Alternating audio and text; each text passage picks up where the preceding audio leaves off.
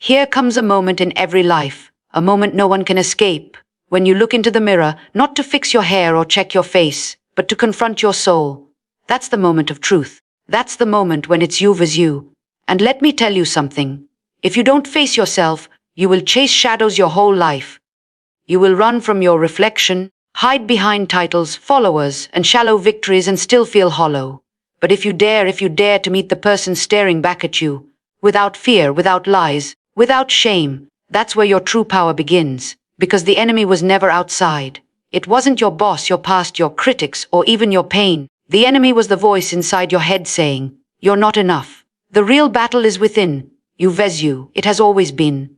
Long before the world spoke against you. Long before anyone doubted your dreams or questioned your ability, there was a quiet conflict already stirring in your soul. It didn't need an audience. It didn't need a stage. It began in silence, in moments when you looked in the mirror and wondered if you were enough. That quiet questioning, that inner tension, that invisible resistance. That was the first war, and it was never against the world. It was always against the self. The most dangerous enemy you'll ever face is not a competitor, not a critic, not someone on the outside. It is the version of you that's afraid. The version of you that hesitates, procrastinates, compromises. The one who whispers, "Not now," every time you try to step forward. The one who pretends to protect you but really imprisons you. That voice lives in all of us. It wears many faces: fear, laziness, doubt, shame, pride, perfectionism. And while the world may throw obstacles in your way, it's this voice, your voice, that can stop you before you ever begin. There's a version of you that wants to rise. You can feel them when you're quiet, when you're tired of settling, when you know there's more for you than what you're living right now. That version is brave. That version is bold. But they don't shout. They don't beg. They wait for you to choose them. And every day, with every decision, you are choosing, one way or the other. The battle isn't always loud. Sometimes it's a small choice. Do you get up or hit snooze? Do you speak truth or stay silent? Do you push through discomfort or stay where it's safe? It's in those moments that the battle intensifies. Not because anyone's watching, but because you are watching. And deep down, you know. You know when you're letting yourself down. You know when you're hiding. You know when you're giving less than your best, not because of limits, but because of fear. This fight is sacred. This internal war is not something to run from. It is the proof that you were meant for more. Because if you weren't, there would be no resistance.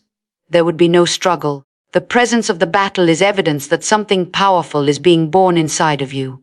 And every time you choose the higher road, the harder choice, the uncomfortable truth, you are winning. Not against others, but against the weakest parts of yourself. Some people spend their lives blaming the outside world for what's broken inside. They blame their upbringing, their boss, the government, the system. But those who grow, those who rise, those who change the world, they don't waste their energy pointing fingers. They turn their gaze inward. They ask the hard questions. What am I afraid of? What's holding me back? Why am I choosing this version of me when I know there's another? Because here's the truth. You can't outrun yourself. You can't escape that still, small voice that knows what you're capable of. You can distract yourself. You can numb yourself. You can surround yourself with noise. But deep down, the battle still rages. And until you turn and face it, until you decide to fight back, you will always feel like something is missing. This isn't about being perfect. This isn't about never falling short. This is about waking up to the reality that your greatest opponent is not someone out there. It's someone in here. It's the part of you that says, stay the same. The part that fears change more than it fears failure. That's the real fight. Not for applause, not for validation, but for ownership. Ownership of your choices, ownership of your life, ownership of the person you are becoming. Self-confrontation is the gateway to true power. Not the kind of power that comes from status, applause, or how many people follow you. This isn't about influence in the eyes of the world. This is about influence over your own life. Dominion over your choices, your habits, your thoughts, your direction. And you don't get that kind of power until you look in the mirror with full honesty and ask, what's really going on inside me? Most people won't go that deep. Most people stay on the surface because it's easier to pretend than to face the truth. But pretending never sets you free. Only truth does. To confront yourself is to stop running. It's to stop pointing fingers, stop making excuses, and finally look at the person in the mirror with the courage to see both the beauty and the brokenness.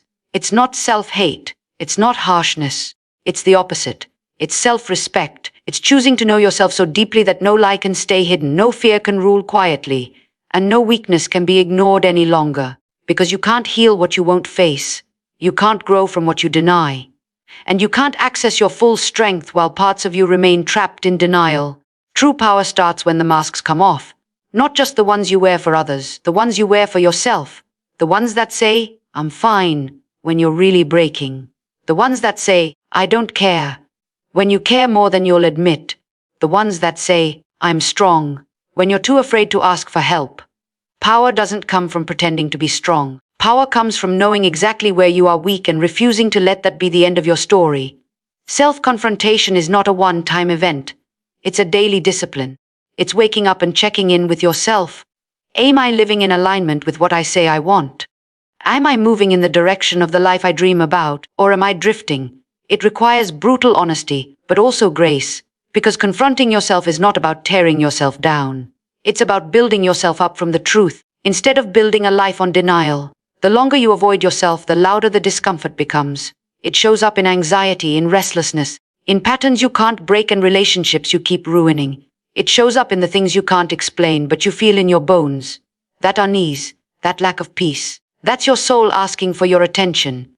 That's your inner life begging you to stop and examine what's really going on beneath the surface. People chase so many things to feel powerful. Money, titles, achievements. But what does it matter if you gain all of it and still feel like a stranger to yourself? What does it matter if the whole world believes in you and you still feel lost when you're alone with your thoughts?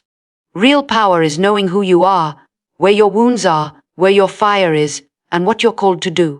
And the only way to get that kind of clarity is to confront everything inside you that's been avoided, neglected, or suppressed.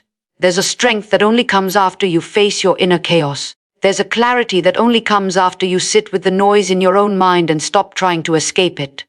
That moment when you sit still, not because everything feels good, but because you are finally ready to stop running, that's where transformation begins. That's when power begins to rise. Quiet, steady, undeniable power. The kind that no one can give you and no one can take away. Self-confrontation is the road most people never take. It's hard, it's humbling. But it is the only road that leads to real, lasting power.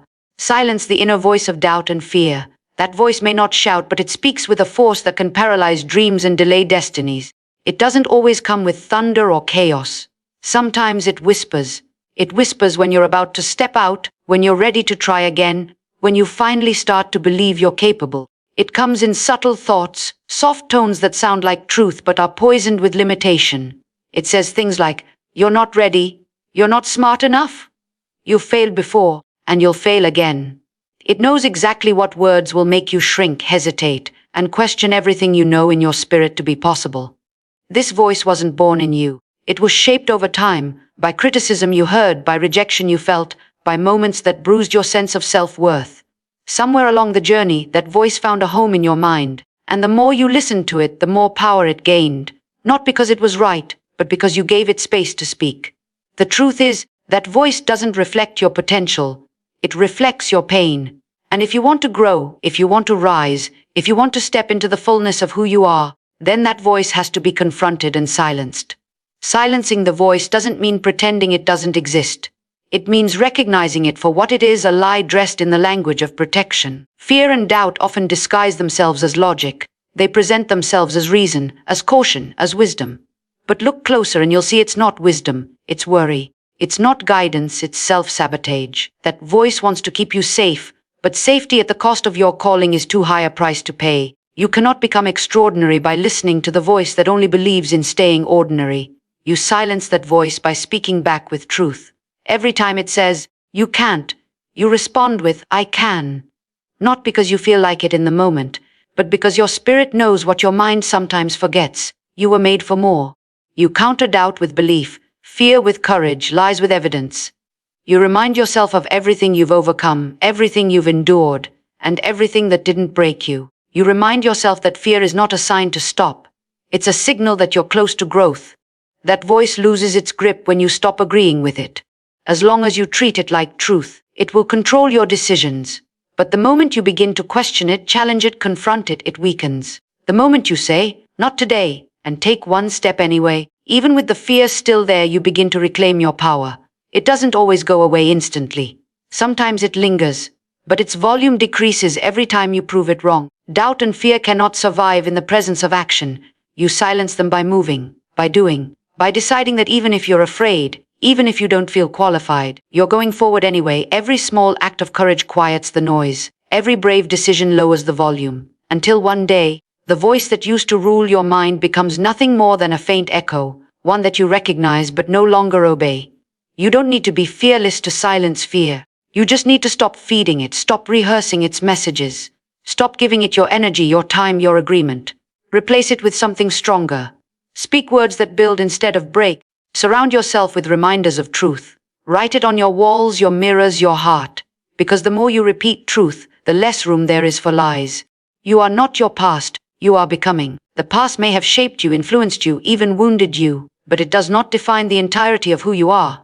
Every mistake, every failure, every heartbreak you've endured may be part of your story, but it is not your identity. You are not the pain you survived, nor the bad decisions you once made. You are not the version of yourself that didn't know better. You are not stuck in yesterday unless you choose to stay there. What you are is a living, breathing work in progress, becoming more every single day. Too many people live as if the past is a prison sentence. They replay regrets, replay rejections, and carry guilt like a heavy chain. They let one chapter determine the entire book. But growth means turning the page. It means recognizing that where you came from doesn't have to dictate where you're going. You may have walked through darkness, but that does not make you darkness. You may have been broken, but that does not mean you are beyond repair. There is a difference between what happened to you and who you are. That difference is where transformation begins. Becoming is not a straight line. It's not a clean, polished process. It's messy, it's uncertain, and it requires grace. Becoming means you can outgrow old habits, old mindsets, old environments. It means you don't have to respond the way you used to. You don't have to repeat the patterns you learned in survival mode. You don't have to be the same person you were last year, last month, or even last week. You get to change, you get to evolve, you get to rise. Not because your past gives you permission, but because your future is calling you to something higher. There's power in knowing you're not finished. There's strength in realizing that you're allowed to grow without apology. Some people will try to remind you of who you were. They'll call you by your past because that's all they knew of you.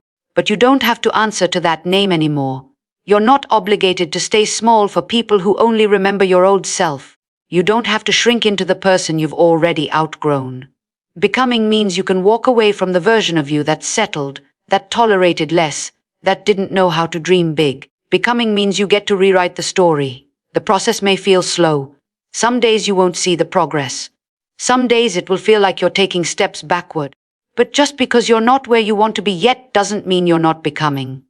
Growth isn't always visible. Sometimes it happens in the quiet, in the struggle, in the private decisions no one sees.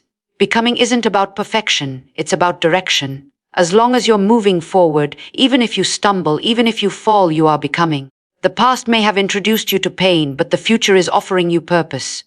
The past may have handed you labels, but you are free to peel them off and create new ones. Every day is another chance to step into who you were always meant to be. Not who others expect, not who fear shaped, but who truth reveals. You're not limited to your lowest moment. You're not reduced to the worst thing you've ever done or the worst thing ever done to you. You are dynamic in motion, unfolding layer by layer. You are allowed to heal. You are allowed to rise. You are allowed to become more than what life tried to make of you. Never shrink to make others comfortable. There is a quiet temptation that many fall into, the urge to make yourself smaller so others don't feel insecure around your strength, your light, your potential. It starts subtly. You hold back your voice in a conversation. You downplay your achievements so no one feels left behind. You dim your excitement, your ambition, your uniqueness, all in the name of not making waves. You learn to soften your edges not because it serves your growth, but because it helps others feel safe in their comfort zones. But the truth is, playing small never honors your purpose. It only keeps you trapped in a version of yourself that was never meant to last. There is nothing noble about hiding your light. There is nothing admirable about shrinking so others won't be challenged. You were not created to be a shadow in your own story. You were not called to apologize for being more than what others expected. When you make yourself small, you betray the very gifts you were given. You silence your potential before it ever has a chance to speak. And over time, you begin to believe the lie that being humble means being invisible. But true humility isn't about disappearing. It's about knowing your worth so deeply that you don't need to boast, but you also refuse to bury what was born to shine. The world does not need more people hiding. It doesn't need more voices going silent. It doesn't need more dreams pushed aside because of fear of judgment or rejection. It needs people who are willing to take up space with courage and kindness. People who walk in their truth, even if it makes others uncomfortable. People who know that they weren't made to fit in, but to stand out, not for ego, but for purpose. When you show up fully, when you live unapologetically, you give others permission to do the same. Your boldness becomes a light for those still learning how to see themselves. Some will misunderstand your growth. Some will resist your elevation. Not everyone will celebrate your rising. But that is not a sign for you to turn back. It's confirmation that you are breaking patterns, stretching limits, and walking a path that few have the courage to walk. Don't shrink just because someone else isn't ready to grow. Don't minimize your dreams to match someone else's fear. Don't pretend to be less passionate, less visionary, less extraordinary just to make mediocrity feel comfortable. Your calling is not dependent on their approval. Your purpose is not up for negotiation. Shrinking serves no one, not your family, not your community, not the future version of you who is waiting to be unleashed. Every time you choose to fully embody your gifts, you create a ripple. You disrupt the silence. You make room for truth. You become a mirror for what's possible. And yes, some will walk away. Some will feel threatened. But the right people, the ones meant to walk with you, will rise to meet you. They won't ask you to be less. They'll ask you to be more, because they see the fire and they honor it. You are not responsible for managing other people's discomfort with your growth. You are responsible for honoring the fire inside you, for answering the call that's been echoing in your soul, for being faithful to what you know you're here to do. That means standing tall, even when it would be easier to shrink. It means telling your story with clarity, even when others try to rewrite it. It means showing up as you are, fully, freely, and without apology. Because shrinking may keep the peace for a moment, but it will cost you your power, your peace, and ultimately your purpose. Discipline will take you where motivation cannot. Motivation is a spark. It feels good, it gets you moving, but it is not built to last. It fades when things get hard. It disappears on the days when you're tired, overwhelmed, or uninspired. It's emotional, fleeting, unreliable. Discipline is different. Discipline is what you turn to when motivation is nowhere to be found. It's the decision to show up, not because you feel like it, but because you said you would. It's the quiet promise you keep to yourself, day after day, long after the mood has left you. There's a reason some people rise while others stay stuck. It's not talent. It's not luck. It's not even opportunity. It's consistency. It's the willingness to do the work over and over again, without applause, without attention, without results that come quickly. Most people quit in the silence. They stop when no one is watching. They give up when the excitement wears off and the process becomes ordinary. But the ones who rise are the ones who've learned to keep moving forward even when it's boring, even when it's hard, even when nothing seems to be changing. They know that discipline is the difference between wishing and becoming. Discipline is not a punishment. It's a form of self-respect. It's saying, I care enough about my future to take action now. It's what transforms dreams into habits and habits into results. It's waking up early because you have a vision. It's saying no to distractions because you have a standard. It's doing the reps, writing the words, studying the material, making the calls. Whatever it takes, not just once, but again and again. Discipline is the grind behind every breakthrough, the hidden rhythm behind every visible success. You can't build anything lasting without it.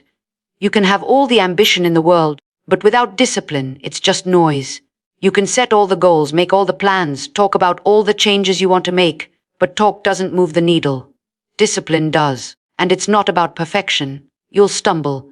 You'll have days where you fall short. But discipline means getting back up, no matter how many times it takes. It's about direction more than speed, progress over pride, growth over comfort. The problem isn't that people lack the ability. It's that they wait to feel ready. But discipline doesn't ask how you feel. It asks, will you do what's required? It doesn't rely on perfect timing or ideal circumstances. It thrives in the ordinary. It's built in early mornings, late nights, sacrifices made in silence. You become dangerous when you stop negotiating with your excuses. You become unstoppable when you do the work no matter how you feel. Discipline builds identity. Every time you choose it, you become someone new, stronger, more focused, more resilient. It teaches you that you're capable of more than you thought. It rewires your mind to believe in consistency over convenience. And over time, the small wins compound. You stop being someone who tries and start being someone who does. You stop waiting and start creating. You stop hoping and start becoming. Because discipline doesn't just build results, it builds belief. There will always be distractions, always be reasons to quit, always be easier paths. But ease won't lead you to greatness. Only commitment will. You won't always feel motivated, but you can always be disciplined. Discipline doesn't need your feelings, it needs your decision. It needs your intention, your follow-through, your quiet yes behind closed doors, not once, not twice, but every single day. Pain is a teacher disguised as an enemy. It enters uninvited, interrupts your plans, breaks your rhythm, and shatters your sense of certainty. It comes in many forms: loss, rejection, failure, betrayal, and every time it shows up, it demands your attention. It speaks in a language deeper than words, in a voice that cannot be ignored. And in those moments, it feels like punishment. It feels like the world has turned against you, like everything you built is falling apart, like you're being stripped down to nothing. But pain doesn't come to destroy you. It comes to reveal you, to shape you, to show you what you're made of. Most people try to escape it. They numb it, deny it, avoid it at all costs. But avoidance doesn't heal anything. Pain buried alive only grows stronger. It becomes resentment, anxiety, bitterness, exhaustion. True transformation begins when you stop running and start listening. Pain teaches you what comfort never could. It shows you the places in your life where you've settled. It exposes the relationships that were never real. It highlights the habits that kept you stagnant. And most importantly, it uncovers the strength that was hidden beneath the surface all along. When you're in pain, you discover parts of yourself you didn't know existed. Endurance you never needed before. Clarity you never had when things were easy. Grit you didn't know you could access. Pain introduces you to your most resilient self. The version of you that refuses to quit, that refuses to break, that refuses to believe the lie that this is where the story ends. It burns away the superficial. It strips off the distractions. It brings you face to face with your truth. Not the polished version, not the version you show to others, but the raw, honest, unfiltered truth of who you are and what you're capable of when you have nothing left but your will to rise. It's in the pain that character is forged. Not in the applause, not in the spotlight, not in the comfort of success. Pain is the fire that purifies. It asks, what do you believe in when everything falls apart? What are you willing to fight for when no one is watching? Who are you when no one's cheering? The answers to those questions define you far more than any achievement ever could, because pain doesn't build shallow people. It builds warriors, people who know how to persevere, people who don't flinch in the face of adversity, people who walk through storms and come out stronger on the other side. There's a sacredness to pain when you stop seeing it as punishment and start seeing it as preparation. It prepares you for the next level. It teaches you how to carry what you've been called to build. It deepens your empathy, sharpens your discernment, widens your capacity. It makes you more honest, more grounded, more awake. And though it never feels good in the moment, pain is often the very thing that activates your purpose. It's what pushes you out of the familiar and into the unknown. It's what drives you to grow, to change, to rise when you would have stayed stuck. Not everyone will understand your process. Not everyone will see the transformation happening in the dark. But pain doesn't need to be validated to be valuable. Its worth is not found in how others perceive it, but in what it awakens inside you. You learn to trust yourself more when you've been broken and had to rebuild. You learn to walk with more authority when you've been knocked down and had to get up without applause. You learn to value peace more when you've fought through chaos. Because pain refines your vision. It clarifies what matters. It silences what doesn't. It wakes you up. You win the war when you stop needing the crowd. So many battles are lost not because of lack of ability, but because of dependence on validation. Too many people delay their purpose waiting for applause, waiting for support, waiting for someone to say, yes, you can. But greatness was never built on the opinions of others. If you need the crowd to move, the crowd will control you. If you depend on the cheer to act, you'll freeze when they go silent. You have to decide deep within that your mission matters more than their recognition, that your calling carries weight even if no one claps when you carry it. The crowd is fickle. One moment they're cheering, the next they're gone. They'll celebrate your rise until it threatens their comfort. They'll praise your gift until it shines too bright. You cannot afford to build your identity on that kind of foundation. Because the moment the cheers stop, your confidence will collapse. That's why your sense of worth has to be rooted in something deeper. Something that doesn't shake when the crowd leaves. Something unshakable, unmovable, eternal. That's the kind of strength that doesn't come from being liked, but from being aligned. Aligned with purpose. Aligned with truth. Aligned with who you were created to be. Crowds don't define destiny. They observe it, they talk about it, but they don't shape it. Destiny is forged in silence, in the hidden places, in the lonely roads you walk with nothing but your vision and your grit. It's easy to perform when people are watching. But true greatness is built when no one sees, when it's just you and the work, you and the calling, you and the cost. And if you can be faithful in that place, without applause, without recognition, then you're building something real, something that won't collapse under pressure, something that doesn't need attention to stay alive. Stop waiting for the crowd to understand. They weren't given your vision. They weren't handed your assignment. It wasn't whispered to them in the quiet of the night, or burned into their bones when you were on the verge of giving up. You don't need their approval to walk in what's already yours. Let them doubt. Let them question. Let them wonder why you're still showing up when the results aren't visible yet. You don't owe them explanation. You owe your purpose obedience. You don't need confirmation from people who weren't called to build what you're building. Your why must be louder than their silence. Some of the greatest victories you'll ever experience will happen in private, quiet breakthroughs, silent progress, internal battles won long before anyone else takes notice. That's the beauty of not needing the crowd. You stop performing and start becoming. You stop chasing noise and start cultivating depth. You stop waiting to be seen and start living as someone who is already known, already chosen, already equipped. You walk different when you're not trying to impress. You move different when you're not seeking approval. You focus on the work, on the process, on the truth that what is real doesn't require validation to have value. And yes, it will be lonely at times. The path of authenticity always is. You'll have moments when it feels like no one understands. Moments when the crowd turns their back, when people walk away, when your voice echoes in empty rooms.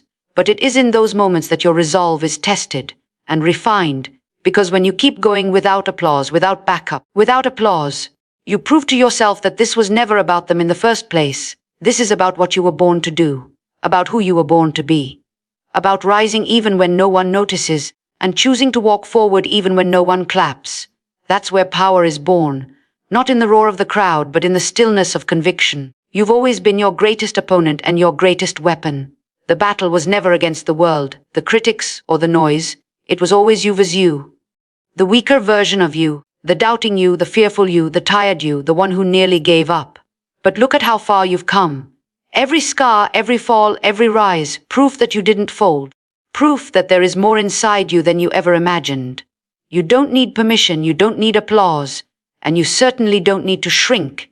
You just need to remember who you are. You need to decide daily to choose growth over comfort, discipline over feeling, vision over validation. Because the moment you conquer the voice that says you can't, you win. You don't need to be perfect. You need to be relentless. This is your time. Not to prove them wrong, but to prove to yourself that nothing can stop you when you stop standing in your own way.